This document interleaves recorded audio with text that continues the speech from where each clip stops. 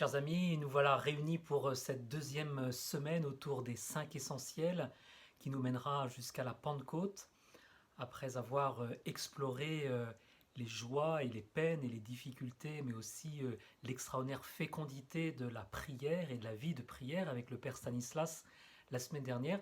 Je vous invite cette semaine à découvrir un des 5 essentiels de notre vie qui est la formation. Je vous invite pour commencer à écouter un extrait des Actes des Apôtres. C'est au chapitre 2. Écoutez bien. Ils étaient assidus à l'enseignement des apôtres, à la communion fraternelle, à la fraction du pain et aux prières.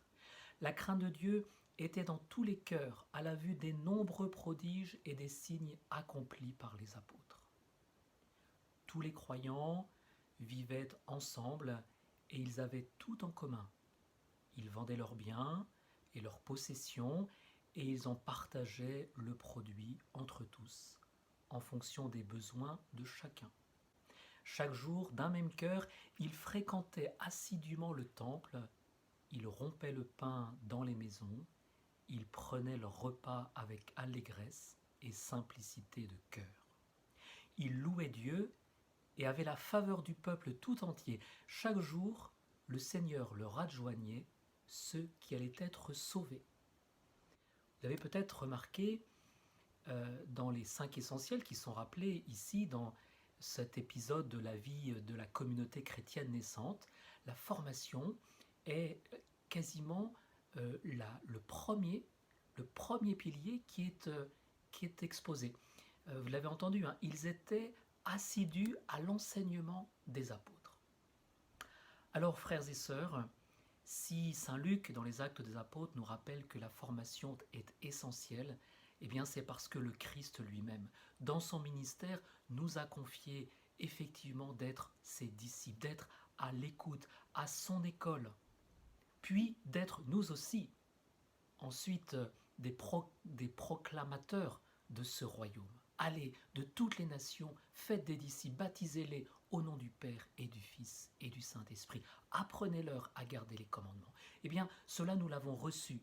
Nous l'avons reçu le jour de notre baptême. Nous l'avons reçu au moment de notre vie chrétienne naissante, peut-être dans les bras de nos parents, de nos grands-parents, de nos parrains et marraines. Peut-être aussi avons-nous eu la chance d'aller au catéchisme, de pouvoir fréquenter tel ou tel mouvement, de vivre telle expérience spirituelle forte et de formation. Mais bien souvent, frères et sœurs, je ne vous cache pas que lorsque je suis en réunion de préparation au baptême et que nous accueillons des familles qui présentent un enfant au baptême, et bien souvent, au moment d'exprimer leur engagement, d'exprimer leur foi, d'exprimer leur désir pour leur enfant, eh bien, les parents se retrouvent avec des mots de leur foi d'enfance, lorsqu'ils avaient 10 ans, alors qu'ils ont une grande expérience humaine, professionnelle. Ils ont reçu dans leur entreprise une formation continue, certains se sont reconvertis dans un autre métier, mais pour la vie chrétienne, eh bien, ils en sont restés à leurs acquis de l'âge de leur communion. Ils se sentent comme démunis.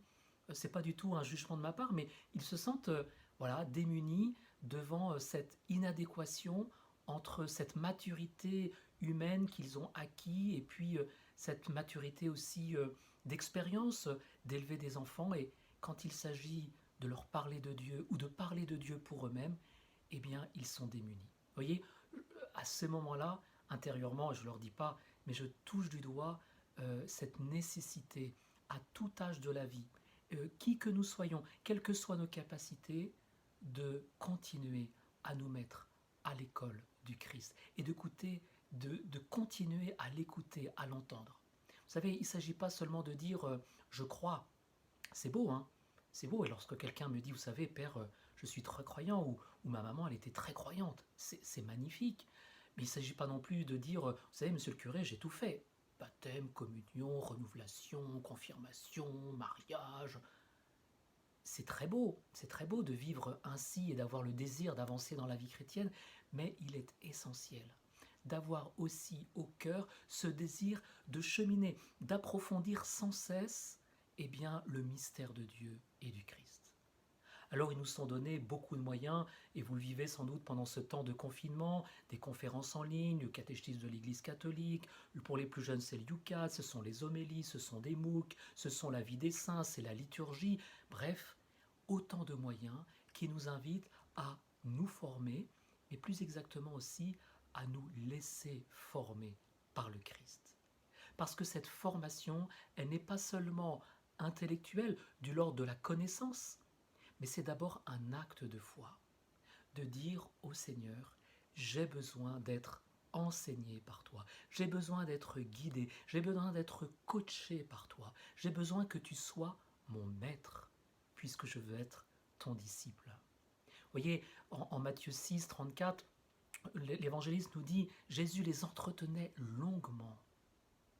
Avons-nous des occasions, avons-nous des moments où nous pouvons nous poser et écouter avec l'oreille de notre être, mais aussi l'oreille de notre cœur et de notre vie intérieure, écouter le Christ qui est le seul enseignant, et de pouvoir avec lui grandir, pour pouvoir dire tout simplement, eh bien, que faire? Que dois-je faire pour bien faire? Encore faut-il que ma conscience, encore faut-il que tout mon esprit soit éclairé, soit formé.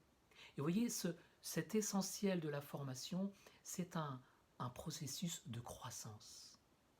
Je me souviens, adolescent, nous avions quelques soirées pour les servants d'hôtel au presbytère, et il y avait un jeune séminariste qui nous avait expliqué que saint Augustin avait dit cette phrase que je vous cite en français de mémoire, « Il faut croire pour comprendre et il faut comprendre pour croire ». Je vous avoue qu'à l'époque, je me suis dit, qu'est-ce que ça veut dire? Il faut croire pour comprendre, mais il faut comprendre pour croire. Vous voyez cette interpénétration à la fois de l'acte de foi. Et effectivement, pour bien comprendre les mystères du Christ, il faut que j'ai la foi. Mais pour pouvoir vivre de cette foi, il me faut comprendre aussi le mystère de la foi. Et nous le chantons tous les dimanches, il est grand, le mystère de la foi. Vous voyez, donc c'est pour notre foi, mais c'est aussi pour notre vie, parce qu'il faut devenir disciple et il faut devenir missionnaire, je l'ai cité tout à l'heure. Jésus qui dit, allez, de toutes les nations, faites des disciples, apprenez-leur à garder les commandements. Et donc cette formation, elle n'est pas seulement pour moi, pour mon acquis personnel, pour ma vie personnelle, mais c'est pour devenir de plus en plus chrétien. Accepter d'aller au cœur de la foi. Le pape François, lorsqu'il a donné ce très beau texte il y a quelques semaines, enfin quelques mois, aux jeunes du monde entier, eh bien, il leur a dit ceci. Vous savez, le cœur de la foi, le cœur de l'annonce, le cœur de cette formation que vous devriez recevoir, eh bien, il repose sur 3 éléments. Le premier, et il dit aux jeunes, il faut que tu comprennes, il faut que tu puisses découvrir combien Dieu t'aime. Vous voyez, l'objet d'une formation chrétienne, c'est d'abord de découvrir. À travers la révélation, à travers les textes de la Bible, à travers la liturgie, à travers les homélies, découvrir que le Dieu auquel nous croyons, c'est un Dieu qui nous aime de manière inconditionnelle. Oui, ce premier fondement de la vie chrétienne, eh bien, cela s'apprend. Bien sûr, cela s'expérimente d'abord. Je dois faire l'expérience d'un Dieu qui m'aime. Mais quelquefois l'entendre, quelquefois le découvrir, même dans la vie d'une sainte ou d'un saint que je ne connais pas, eh bien, cela me permet de découvrir combien ce Dieu qui est là, ce Dieu m'aime. Et puis, le pape François continue à dire, eh bien voilà, Dieu t'aime et le Christ est la vie de ta vie. Oui, la formation chrétienne, c'est en quelque sorte laisser le Christ devenir toujours un peu plus la vie de notre vie. Et puis le troisième fondement que le pape propose, pas seulement aux jeunes, mais à nous tous, qui d'ailleurs sommes jeunes de cœur, n'est-ce pas? Eh bien, c'est de dire, ce Christ qui est là, qui te fait vivre l'amour du Père, eh bien c'est ce qui te permet d'être pleinement présent au monde. Et l'Esprit Saint, qui est là au cœur de ta vie, c'est lui qui va être le moteur de toute ta vie. Alors vous voyez, frères et sœurs, la formation, c'est pas seulement lire un bouquin de théologie de 500 pages, mais c'est accepter de se former, de se laisser former pour mieux savoir, mais aussi pour mieux rendre compte de sa foi. Alors, je vous donne très simplement quelques pistes. Parce que c'est beau de dire il faut se former, mais j'aimerais vous donner aussi quelques préalables avant de dire mais que vais-je faire pour mieux me former. Vous savez, c'est comme pour une course, c'est comme pour un examen, c'est comme pour une compétition. Eh bien, il faut un plan de bataille. Il faut un plan de course, il faut un entraînement. Alors j'aimerais que nous puissions d'abord nous unir d'une carte, avec des points de repère. Ce seront les points de repère sur la route de notre vie chrétienne. Repérer quelles sont les églises, quels sont les lieux saints où je vais pouvoir me ressourcer, quels sont les lieux où je dois pouvoir me poser pour me nourrir. C'est en quelque sorte des restaurants, des bonnes auberges où je sais que là, je pourrai y recevoir l'enseignement du Christ pour moi. Mais aussi sur cette carte, essayer de découvrir quels sont les points de vue, parce qu'il faut regarder loin, c'est le royaume de Dieu, c'est la gloire, c'est le ciel qui nous attend. Et puis, s'il y a des points de vue pour nous permettre de regarder loin, il y a aussi des sources où se désaltérer. La source de cette parole de Dieu qui chaque matin me réveille. Cette source de la parole de Dieu qui vient féconder en moi. Et même lorsque je dors, même lorsque je suis éveillé, qui vient porter sa semence et des fruits plein la semence. Mais c'est aussi, pourquoi pas, regarder les grands axes de ma vie que je dois emprunter. Ce sont les autoroutes de la sainteté, et l'école des saints est magnifique. Ce sont les voies ferrées de l'Esprit Saint qui nous permet de nous conduire sur les chemins escarpés de nos efforts et de nos luttes. Ce sont aussi les obstacles à éviter, les vallées des addictions, les ravins de la colère, les ornières du je n'ai pas le temps, les murs de la honte ou du à quoi bon. Et puis, avec cette carte, en quelque sorte cette feuille de route, accepter que la boussole, accepter que ce soit une boussole qui me guide. Eh bien, pour nous, vous le savez, se former, c'est accepter de prendre le Christ dans notre vie. C'est lui qui nous oriente, c'est lui qui nous invite à garder le cap, c'est lui qui seul nous guide et nous empêche de céder à la voix des sirènes. Alors, frères et sœurs, marchons sur ce chemin peut-être étroit, peut-être exigeant de la formation, chaussons les chaussures de la foi et de la persévérance, acceptons de suivre le Christ, alors il nous donnera certainement la capacité de le recevoir pour mieux en témoigner et mieux en rendre compte. Alors de manière un peu plus concrète, je vous invite à prendre note ou en tout cas à essayer de vérifier dans votre vie quotidienne, dans votre vie chrétienne, quels seraient les lieux à promouvoir, des lieux de formation ou des domaines de votre vie chrétienne que vous souhaiteriez approfondir. Alors il y a différentes pistes très concrètes que je vais vous donner. La première, c'est tout simplement voilà, de vérifier quel est mon désir de fréquenter de manière peut-être un peu plus assidue la parole de Dieu. Est-ce que c'est, pourquoi pas, m'engager à lire tous les jours l'évangile du jour? Il y a même des applications, je pense à l'évangile au quotidien, qui en donnent quelques commentaires ou quelques pistes de réflexion. Est-ce que c'est de se dire, tiens, pendant ce temps pascal, je vais relire le livre des Actes des Apôtres? Bref, essayer de se donner quelques objectifs pour que ce soit vraiment l'enseignant, le Christ, qui vienne percuter un peu mon existence à travers tous ces textes de l'Écriture. Mais ça peut être aussi de manière plus simple, parce que je sais que c'est pas toujours facile à caser dans une journée, mais de se dire dimanche c'est le jour du Seigneur, c'est le sommet de ma semaine, est-ce que je pourrais avoir à cœur de lire l'évangile de ce dimanche, pour que lors de la liturgie, je puisse l'entendre avec une oreille peut-être plus attentive. Voilà, un deuxième élément, c'est tout simplement de continuer à creuser ce qui fait le cœur de la foi. Tous les dimanches, on dit le « je crois en Dieu ».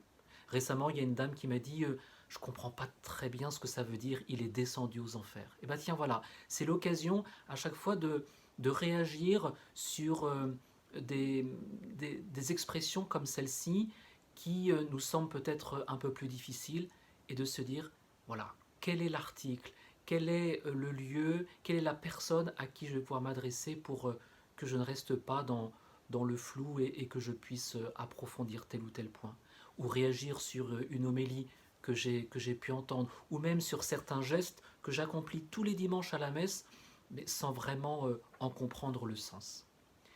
Une troisième piste que je vous confie, c'est peut-être d'être attentif au cours de l'année aux rendez-vous qui vous sont donnés ici à la paroisse.